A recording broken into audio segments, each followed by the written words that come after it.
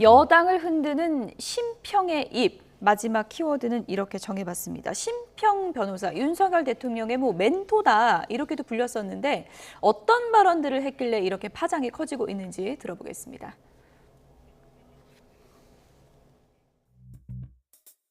국힘당이 무기력하게 흘러가니까 네네. 또 그 수도권에서 여러 가지 어려운 상황이 있으니까 이래서 되겠나.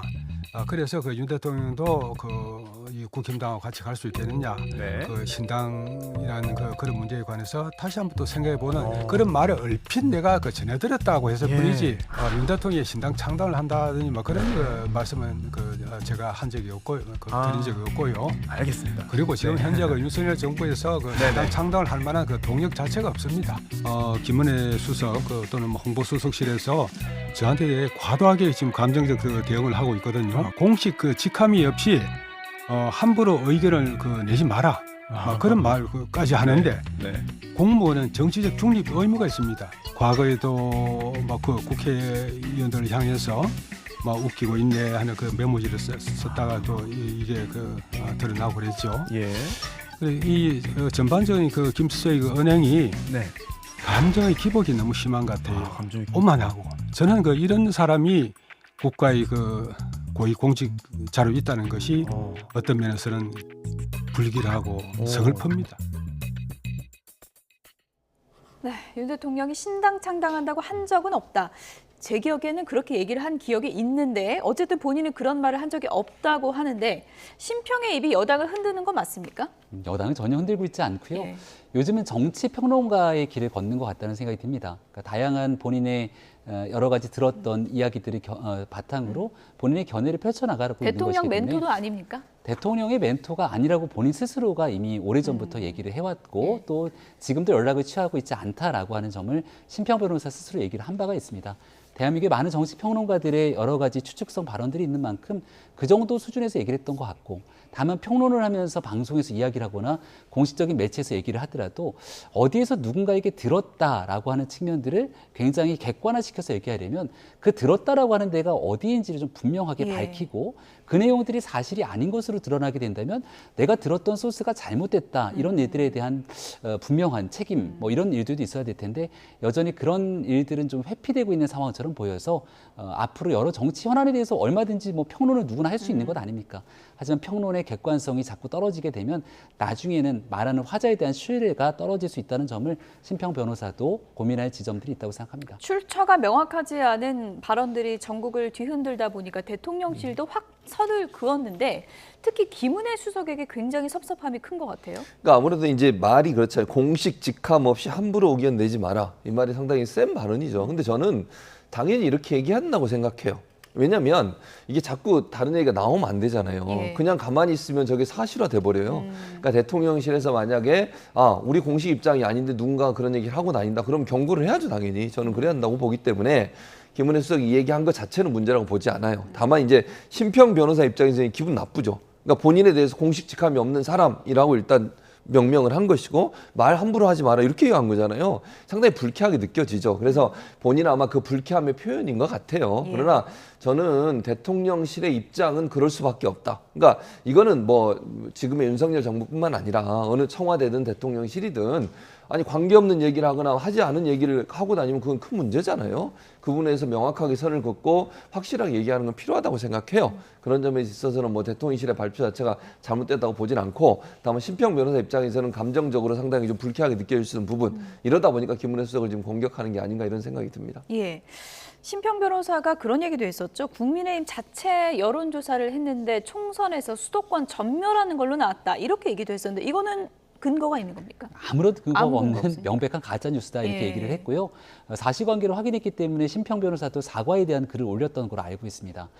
수도권 선거야 언제 어떤 방식으로 흘러갈지 모르기 때문에 양당 모두 정말 낮은 자세로 또 언제든지 선거에서 국민들께서 심판할 수 있다는 마음가짐을 갖는 건 당연한 일일 텐데 최근에 있는 뉴스를 한번 보시면 오늘만 하더라도 민주당 서울 수도권에 굉장히 위기감이 커져서 민주당의 여론조사가 오히려 더 급락하고 있다라고 하는 내용들로 민주당의 위기에 관한 보도들이 상당히 많이 나오고 있습니다. 그러니까 심평 변호사의 이 같은 주장들이 있으려면 거기에 대한 분명한 근거가 뒤따를 때 심평 변호사의 메시지에 힘이 실릴 것 아닙니까? 예. 근데 근거도 명확치 않고 얘기를 했다가 다시 사실관계가 다르다고 말을 바꾸게 되고, 근데 그런 내용이 한 번, 두 번, 세 번 반복되다 보면 결국 심평 변호사에 대한 말의 신뢰, 말의 힘, 이 무게감들이 떨어질 수 있으니만큼 그래도 대한민국에서 중요한 역할들을 하면서 메시지를 내왔던 심평 변호사가 이 한마디 한마디 말에 대한 무게감을 조금 더 생각했으면 좋겠다는 그런 생각입니다. 이른바 수도권 폭망설은 가짜 뉴스인 걸로 예. 이렇게 정리하면 되겠습니까? 그런데 이제 하태경 의원 같은 경우에는 대통령 신당 창당은 이거 말도 안 되는 얘기인데 총선 위기설은 사실이다 이렇게 또 얘기를 했더라고요. 그러니까 모르겠어요. 사실 왔다 갔다 하니까 예. 의견이 지금 김병민 최고위원은 문제 없다고 얘기하고 예. 하태경 의원은 이렇게 얘기하니까 어느 말이 사실인지 모르겠지만 여야 모두 위기는 위기 아닙니까? 그렇죠. 예. 왜냐하면 이런 건 있어요. 그러니까 총선을 앞두고서 너무 이렇게 뭐 자신만만하면 안 돼요. 예. 교만해지면 고개 들면 안 된다고 그러잖아요. 자신만만하고 교만하는 순간 지게 되는 거거든요. 그래서 경각심을 불러일으키기 위해서는 그런 얘기 할 수 있다고 봐요. 민주당이든 국민의힘이든 힘듭니다. 어렵습니다. 우리 좀 도와주세요. 우린 끝까지 열심히 해야 됩니다. 지금 상황이 결코 마음 놓고 있을 수 있는 상황이 아닙니다. 이런 얘기는 보통 선거 앞두고서 모든 정당이 그렇게 해요. 예. 그게 정상이라고 예. 보고. 그래서 아마 그런 측면에서 하태경 의원이 얘기했다라고 저는 개인적으로 보지만 그럼에도 불구하고 이제 이런 면은 있어요. 이번 선거가 총선임에도 불구하고 대통령에 대한 중간평가 성격이 있기 때문에 대통령 지지율이 낮은 선에서 올라오지 못하고 있는 부분은 국민의힘한테 상당히 큰 부담이다. 이건 분명해요. 그러니까 그거 자체를 어떻게 잘 극복해낼 수 있을 거냐. 국민의힘이 열심히 하고 의원들 또는 후보들 개개인이 열심히 뛰어도 대통령에 대한 지지율이 낮아서 국정심판이라고 하는 프레임이 잡히게 되면 사실은 후보들 입장에서 상당히 어려운 싸움을 하게 되는 거거든요. 아마 하태경 의원이 그 부분을 얘기한 것 같고 그 부분은 분명히 국민의힘이 정말 정신 똑바로 차리고 잘 준비하지 않으면 상당히 악재로 작용할 가능성은 충분히 남아 있습니다. 물론 하태경 의원의 개인 전망이기 때문에 어디까지나 이제 개인 의견으로 저희가 이제 참고하면 될 것 같긴 한데 발언이 상당히 좀 구체적이었습니다. 이재명 대표가 본인의 생각에는 8개월 중에 이제 구속될 가능성이 높기 때문에 이렇게 되면은 이낙연, 김부겸 비대위원장 카드가 등장할 수 있고 이럴 경우에 국민의힘 입장에서는 이재명 대표가 총선 끝까지 가는 것보다 더 위험한 카드가 될 수 있다. 이런 분석이거든요. 네, 이건 이제 민주당의 상황이기 때문에 하태경 의원의 주장보다는 민주당의 최고위원인 고민정 최고위원의 주장을 한번 볼 필요가 있겠는데 고민정 최고위원도 시종일관 이제 이재명 대표의 리더십에 관한 문제가 어느 정도 시기에 관한 얘기들을 쭉 해왔거든요.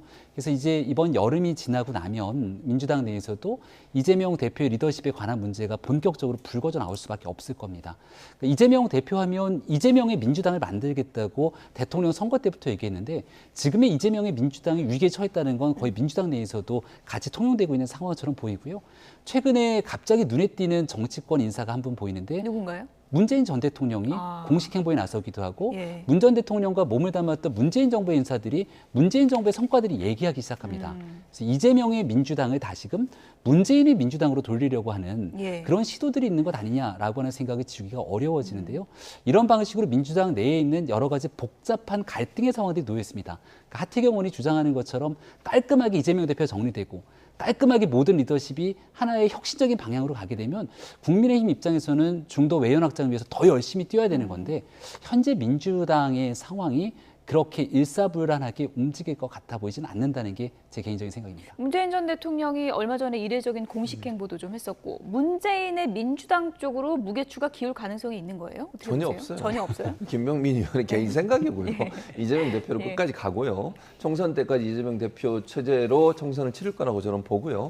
현재 당원들이나 당원들의 당선될 때도 77.7%였어요. 지금도 거의 뭐 70에서 80% 당원들을 중심으로 해서 지지를 받고 있기 때문에 이재명 대표의 체제가 흔들릴 거나 그건 전혀 기우고요. 지금도 0% 가능성. 뭐 저는 99.9, 0이라고 0.1이 얘기하면 빠지신 건가요? 네, 그 정도는 한테 여지를 두겠습니다. 그러나 제가 볼 때는 거의 99.9% 이재명 대표 체제로 가고요.